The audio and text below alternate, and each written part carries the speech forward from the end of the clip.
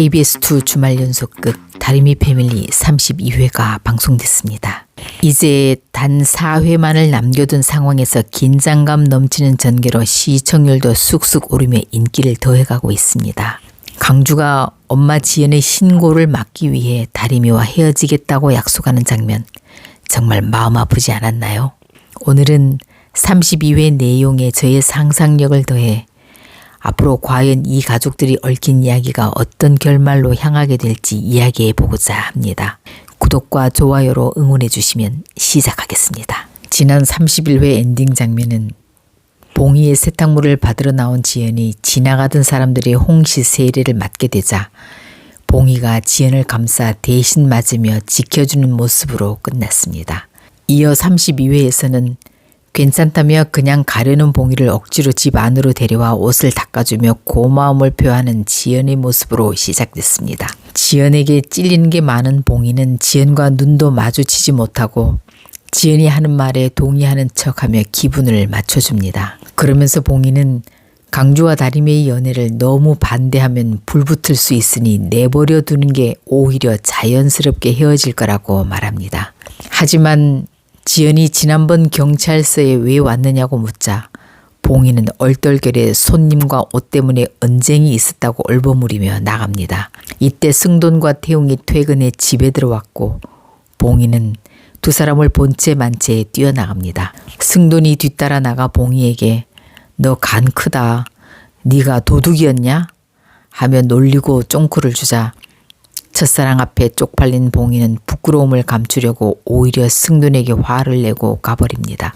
미옥은 딸 수지의 성화에 고봉희에 대한 수사를 접으라고 지시했고 이 말을 들은 무림은 남서방 강주 가족 모두 모이게 해 사건이 종결됐으니 안심하라고 알려줍니다. 그러나 사실 이 일은 미옥의 작전 같은데요. 일부러 이렇게 말을 흘려 무림과 세탁소 사람들을 살펴보기 위한 함정으로 보입니다. 길레와 만득은 후에 다리미가 상처받을까봐 강주와 헤어지라고 말하지만 다리미는 절대 헤어지지 않을 거라고 대답합니다. 한편 돈을 훔쳐간 놈이 러브캐피탈 양길순이라는 걸 알게 된 지연은 러브캐피탈 사무실로 쳐들어가 김성훈과 직원들이 보는 데서 골프채로 마구 기미를 부수며 화풀이를 하는데요. 이에 성훈도 그동안 돈 한 푼 못 받은 섭섭함을 드러내며 지연을 위협하는 본색을 드러냅니다. 분이 덜 풀린 지연은 성훈이 근무하는 명문저축은행장에게 슬쩍 부행장인 성훈이 러브캐피탈에서 사채놀이를 하는 것 같다며 고발해 한 방 먹이는 것 같은데요. 그런데 이 일로 지연이 어쩌면 위기에 처해지는 일이 생길지도 모르겠습니다. 강주는 지연의 마음을 풀어주려고 집으로 왔는데요.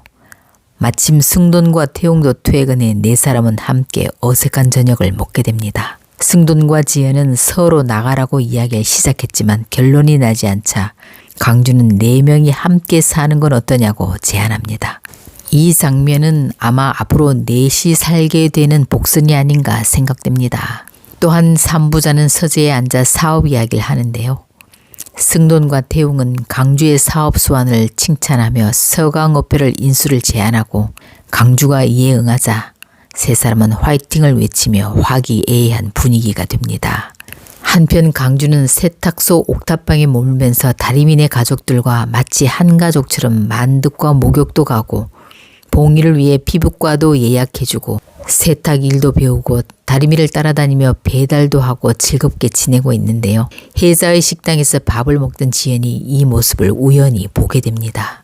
이런 아들의 모습을 직접 본 지연은 서운함이 밀려옵니다. 그때 지연은 지난날 혜자가 자신에게 갚았던 1년 번호 A로 시작하는 5만 원권이 고봉희로부터 나왔던 사실을 듣곤 수상한 낌새를 눈치채게 됩니다. 그 길로 지연은 강 변호사를 만나 자신이 100억을 신고하러 경찰서 간 날 봉희도 경찰서에 있다가 혐의 없음으로 풀려났다 하는 이야기를 듣게 됩니다. 지연은 그제서야 이런저런 이야기를 끼워 맞추어 보니 강주가 자신에게 돈을 주려다가 봉희가 경찰서에 잡혀오자 봉희를 구하기 위해 집에 가져왔던 돈가방을 다시 의학산에 가져가 묻었구나 하는 상황을 이해하게 됐습니다. 강주가 자는 방에 몰래 들어간 지연은 강주의 손가락을 핸드폰에 대고 열어 강주가 다림에게 보냈던 결정적 문자를 보게 됩니다. 이렇게 사건의 전모를 모두 알게 된 지연은 아들의 배신에 너무 서운하고 화가 나 신고하려고 경찰서로 향합니다.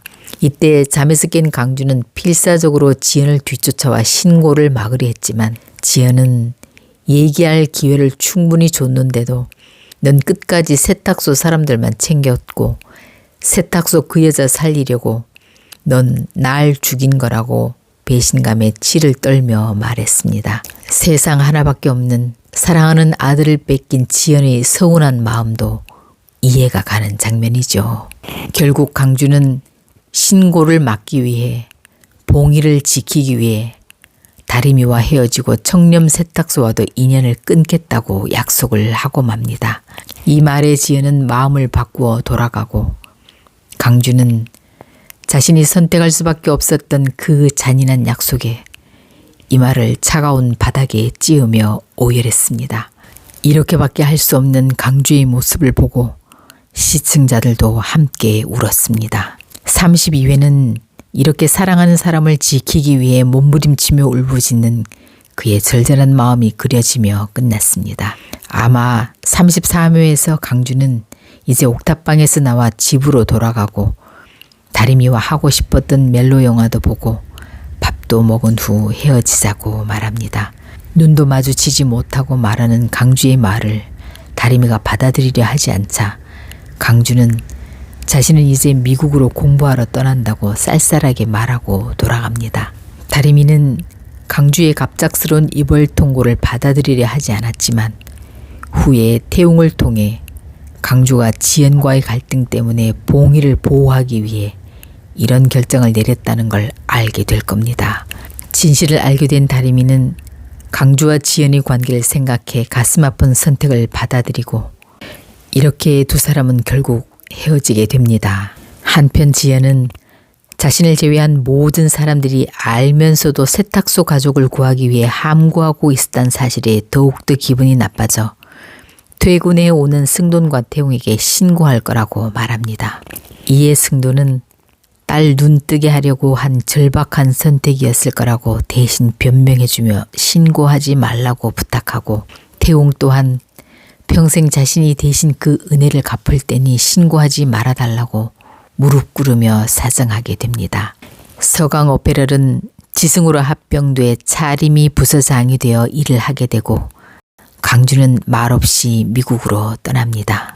떠나면서 강주는 엄마와 다림이를 태웅에게 부탁하고 태웅과 강주 두 사람은 마치 친형제나 된 듯 이제 서로의 마음을 이해하고 보살펴주는 관계가 됩니다. 앞으로 강주와 다림이 두 사람의 이야기가 어떻게 전개될지 더욱 궁금해지는데요.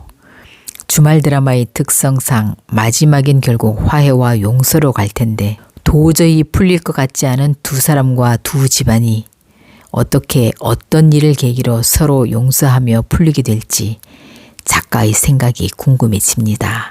다음 회차에서는 이 가슴 아픈 순간 뒤에 펼쳐질 새로운 갈등과 감동을 기대해 봅니다.